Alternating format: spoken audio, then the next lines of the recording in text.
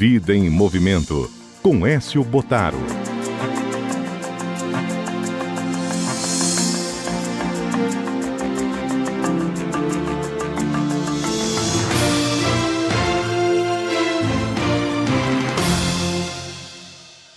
Professor Écio Bottaro, muito bom dia, tudo bem? Bom dia, Carol, tudo ótimo como sempre, alto astral hoje, como Sabadou. sempre, sabadou, e mais um dia aqui com os ouvintes, trazer muita informação importante, viu, Carol? Cada dia a gente procura trazer informações com bom nível, com bons explanadores, que vai trazer muita informação, e hoje convidado especial novamente, viu, Carol? Exatamente, estamos aqui com o Luiz Gubolino, ele que é cardiologista. Seja muito bem-vindo, bom dia.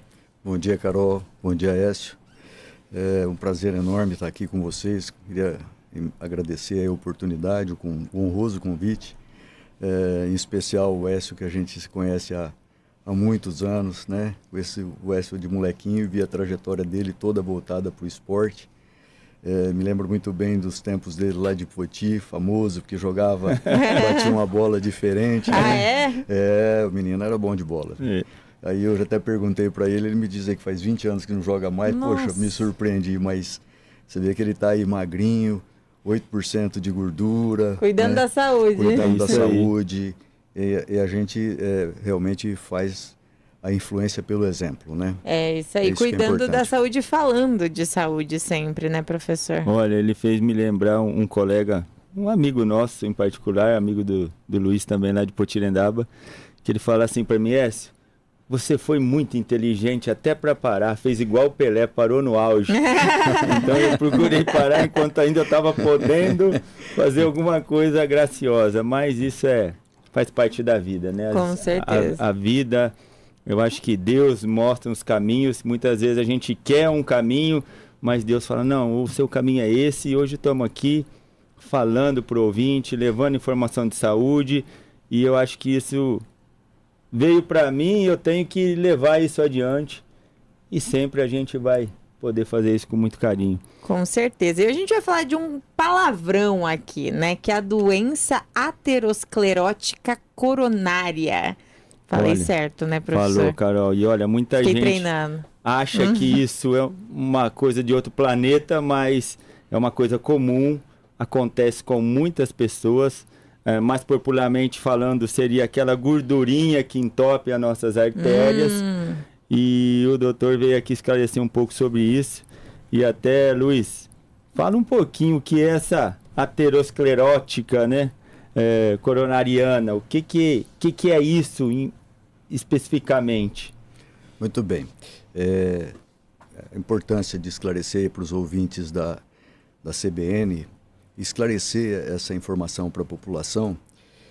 Existem dois termos muito parecidos, que é a doença aterosclerótica e a arterioesclerose, né? A doença aterosclerótica é a formação de placas de gordura, né?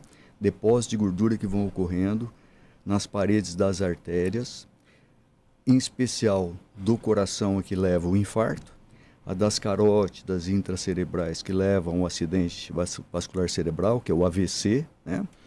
E pode ocorrer em toda a periferia, que leva muitas vezes obstrução nas pernas, com dor nas pernas, muitos casos até de amputação de membros, pode levar às doenças renais e assim por diante.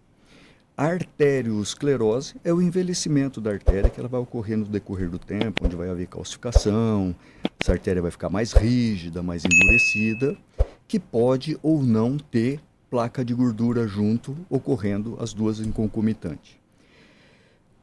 Aterosclerose, que é a formação de placa de gordura, ela começa por um processo de depósito de gordura, um início de uma inflamação ali na parede da artéria, né? Então o vaso, se você fizer um corte dele transversal, ela tem 3 camadinhas. A camada íntima, que é como uma pelinha interna por onde o sangue passa ali e tem contato. Uma camada muscular, que vai dar o movimento de dilatação desse vaso quando você faz atividade física ou que você precisa aumentar o fluxo de sangue para um órgão. Depois a camada mais externa, que é a elástica, adventícia. O que acontece? A gordura que está no sangue circulando, proveniente da nossa alimentação, proveniente das vezes de um déficit de metabolismo dessa gordura, que ela fica em quantidade elevada, ela vai aderindo à parede dessas artérias e o organismo ali vai o quê? Tentando absorver essa gordura e ela vai ficando retida ali.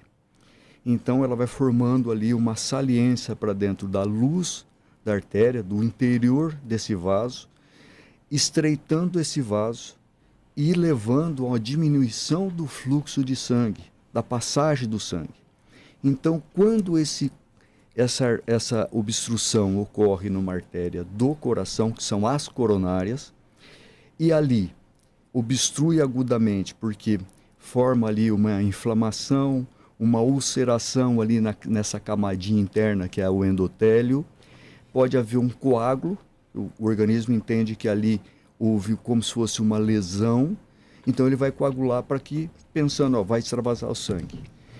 No que ele forma esse coágulo, obstrui e a pessoa tem o quê? Um infarto. E, infelizmente, num percentual considerável, a pessoa tem como primeira manifestação do infarto a morte súbita.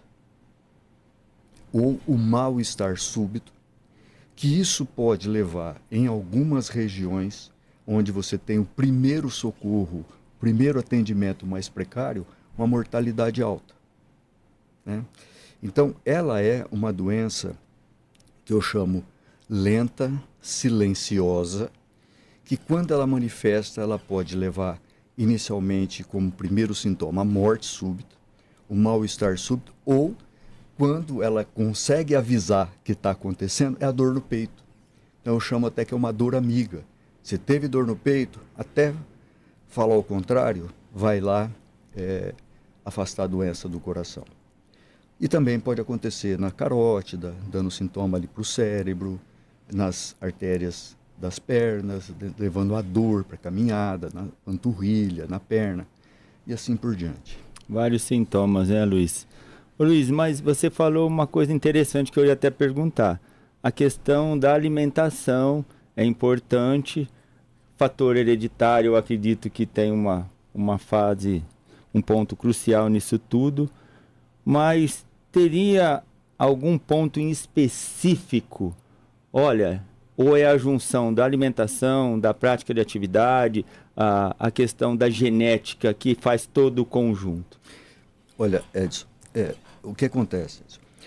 Você tem dois pilares que a gente chama, que a pessoa tem que entender que isso é importante. Um é o que você comentou, o fator genético, a hereditariedade. Isso é intrínseco, está dentro do organismo.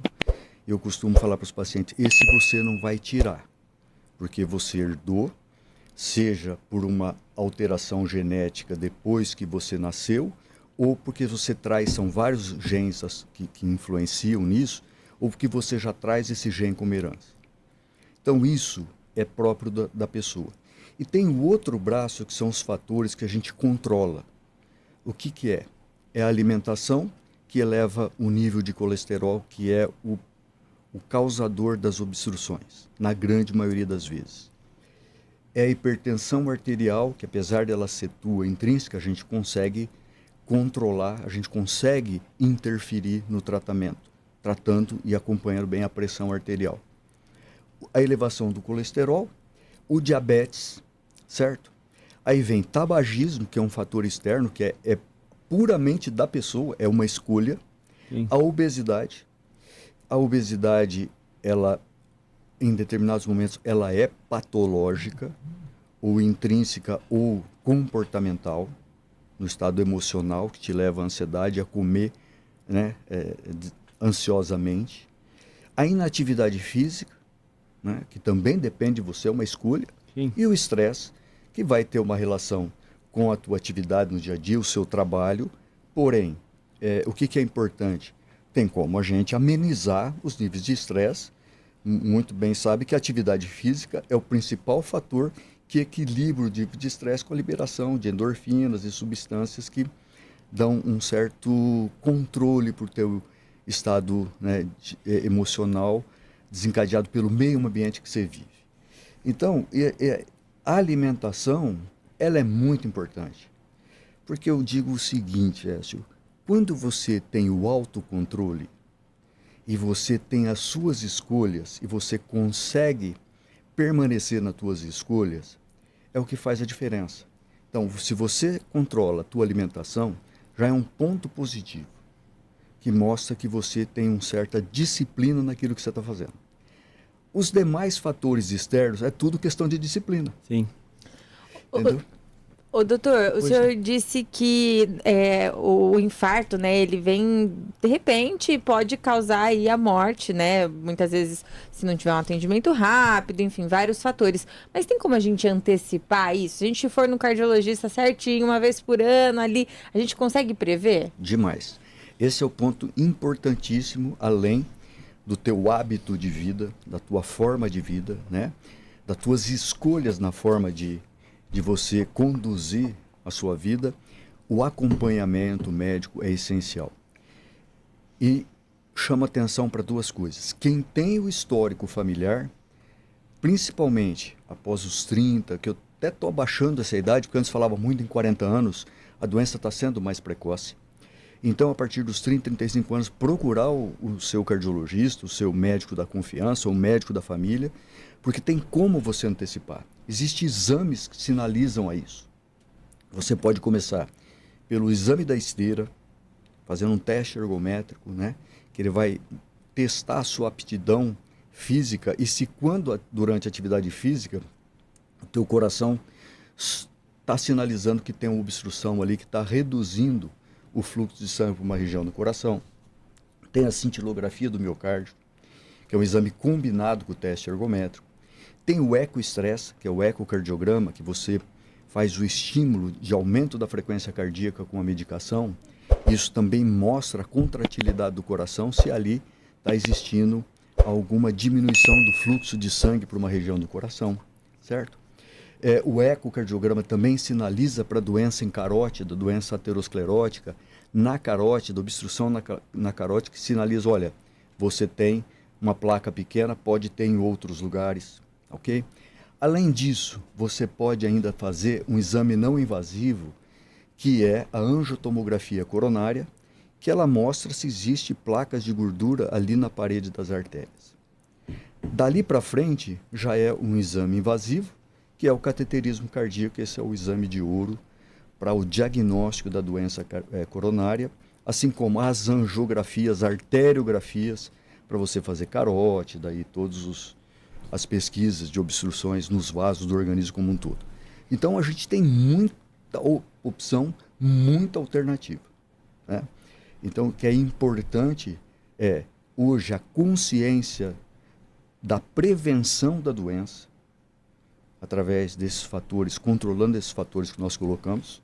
E aí eu ressalto muito, alimentação e atividade física, são os dois pontos assim de grande peso na prevenção da doença, e a seguir o acompanhamento médico, em especial para quem tem fator de risco, histórico familiar, mas para toda a população, porque a doença às vezes ela é silenciosa, às vezes ela é reflexo de uma atividade habitual no dia a dia descontrolada, né? Como dissemos, a alimentação e tudo mais, ou por uma alteração genética que ela não tem história familiar, mas ela está sendo a primeira pessoa a desenvolver a doença dentro da família, e dali vão acontecer para os filhos. Ô Luiz, diga-se de passagem, complementar um pouquinho o que você falou. Depois que a gente pegou o arco na mão, soltou a flecha, a direção da flecha vai para onde a gente apontou. E mais ou menos o cuidado com a nossa saúde é isso aí. Nós temos a flecha na mão, o arco, que é a nossa saúde. Se a gente não apontar ele para uma direção que a gente vai querer a saúde lá na frente, como que a gente vai chegar lá? Mas vamos lá, Luiz. O Écio apareceu lá, deu esse problema cardíaco. Entupiu minha artériazinha. Tomara a Deus que demora muito para acontecer. Quais são os tratamentos, Luiz? Então, uma vez que você tenha a hipótese que exista aí uma artéria no coração, uma coronária com obstrução, e você vai para angiotomo e depois para o cateterismo e confirma a obstrução, dali nós temos 3 alternativas.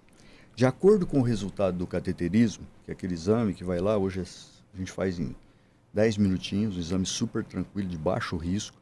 Você vai, faz a análise da anatomia das coronárias, detectou obstrução. Se as obstruções não são importantes, o que significa? Abaixo de 70%, e apesar dali ter exame alterado, mas você pode controlar muito bem com medicação, o tratamento clínico é a opção nesse caso.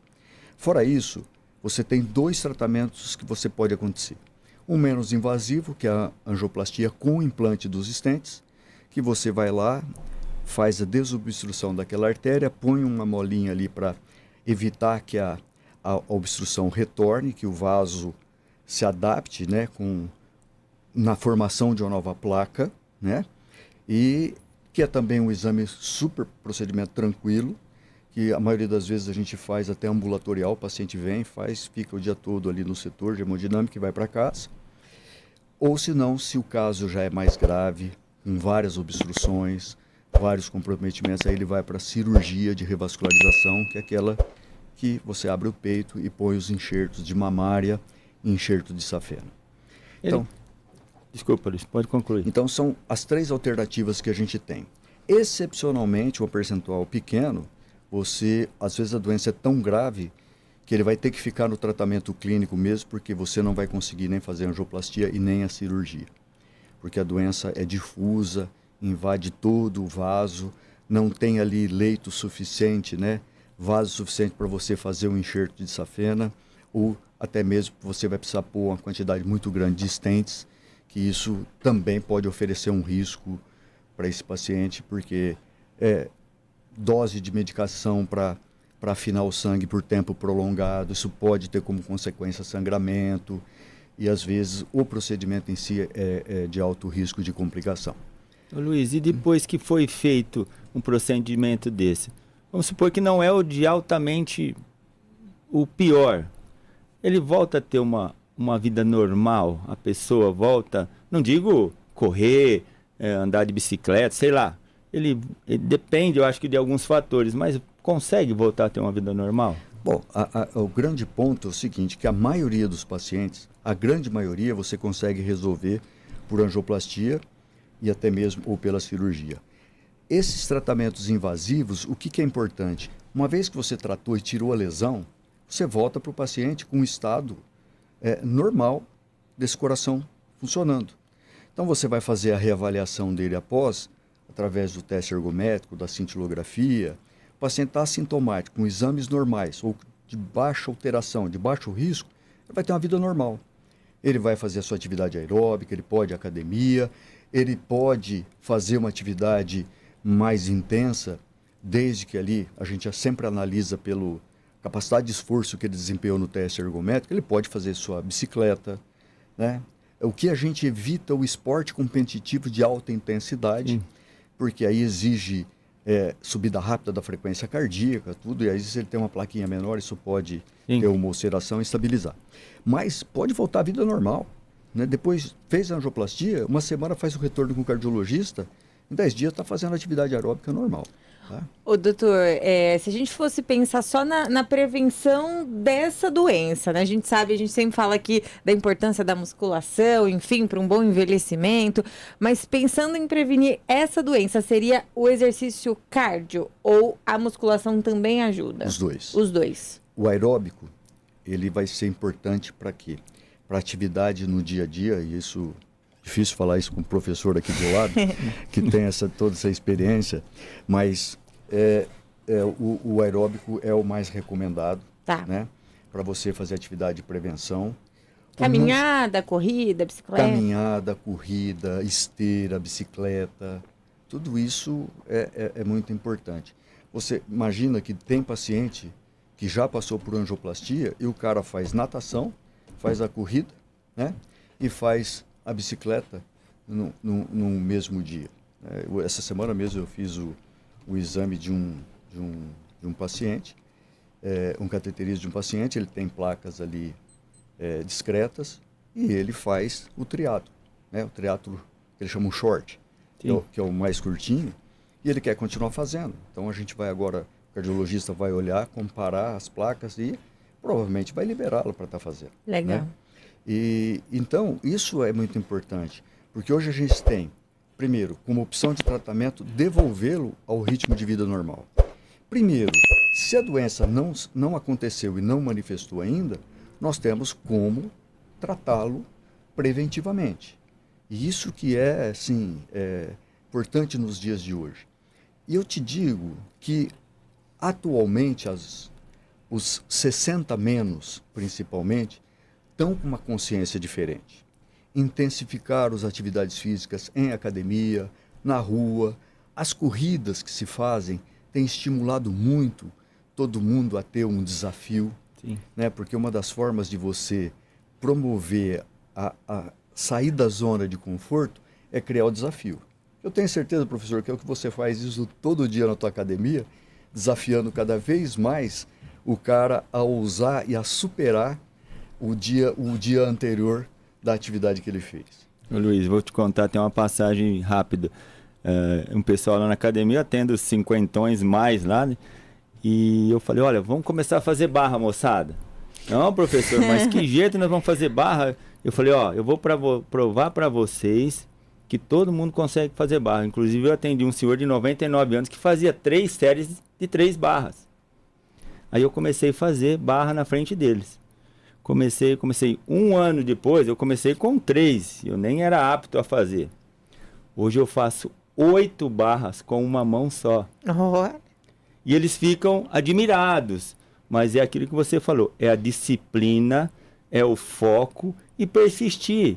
As pessoas, nós estamos falando aqui hoje de parte cardiológica, mas eu sempre, a Carol, nós aqui, procure sempre fazer os exames precocemente para ver como está a saúde. Você não leva o carro para fazer revisão? Sim. Seu corpo também precisa de revisão.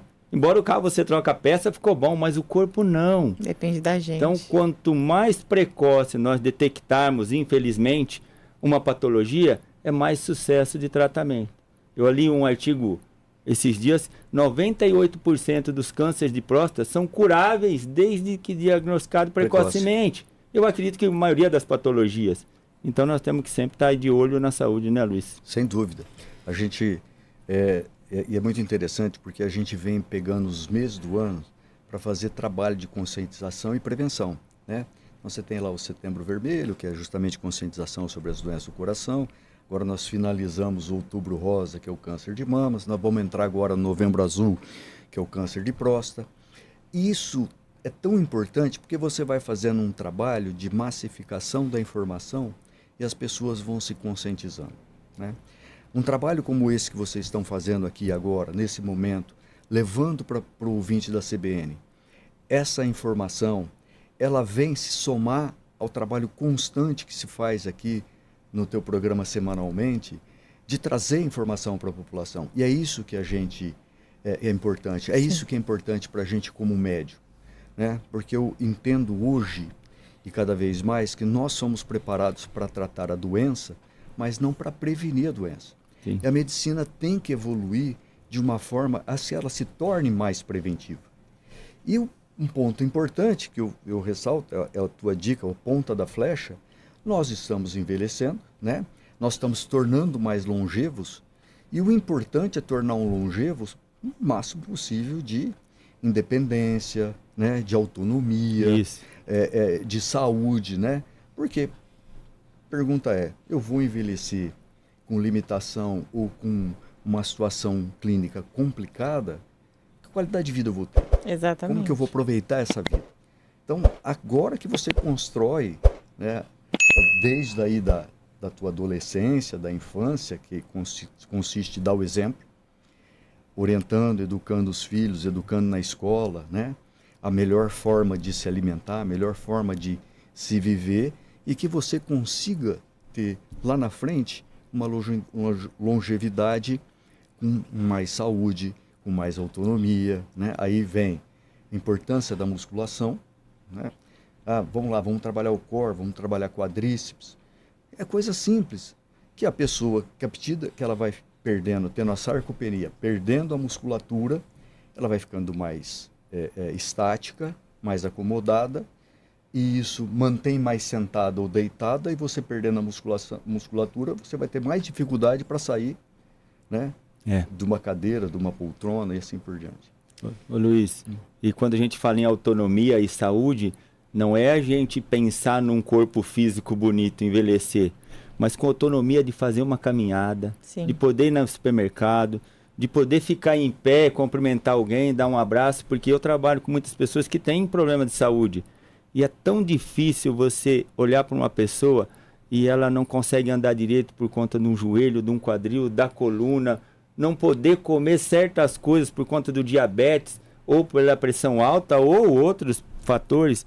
Então, quando a gente diz saúde, pensa na manhã você continuar fazendo essas coisas boas que você gosta. Então, vamos procurar equilibrar sempre, né? O equilíbrio eu acho que é a chave de tudo, né, Luiz? Perfeito, cara.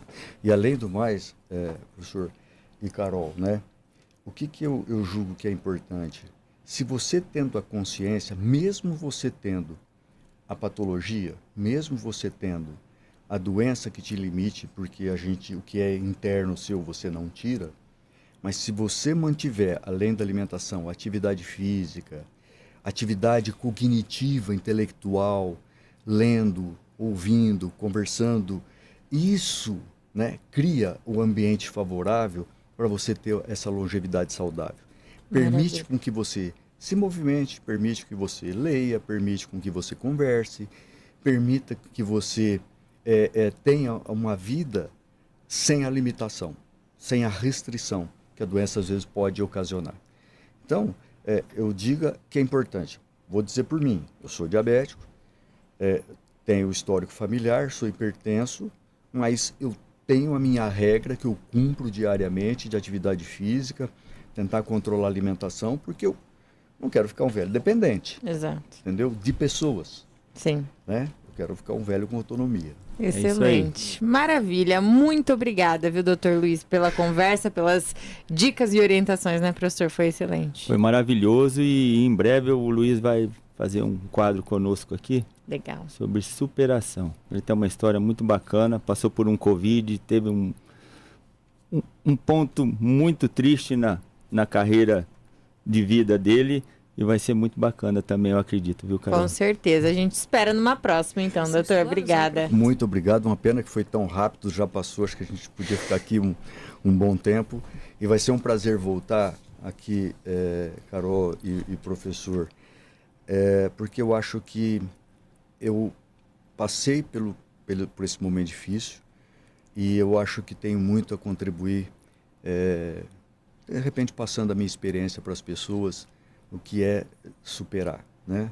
Eu acho que tem 2 pontos importantes aqui, espiritualidade e disciplina, determinação. Eu acho que a gente pode passar isso para as pessoas. Tenho certeza absoluta.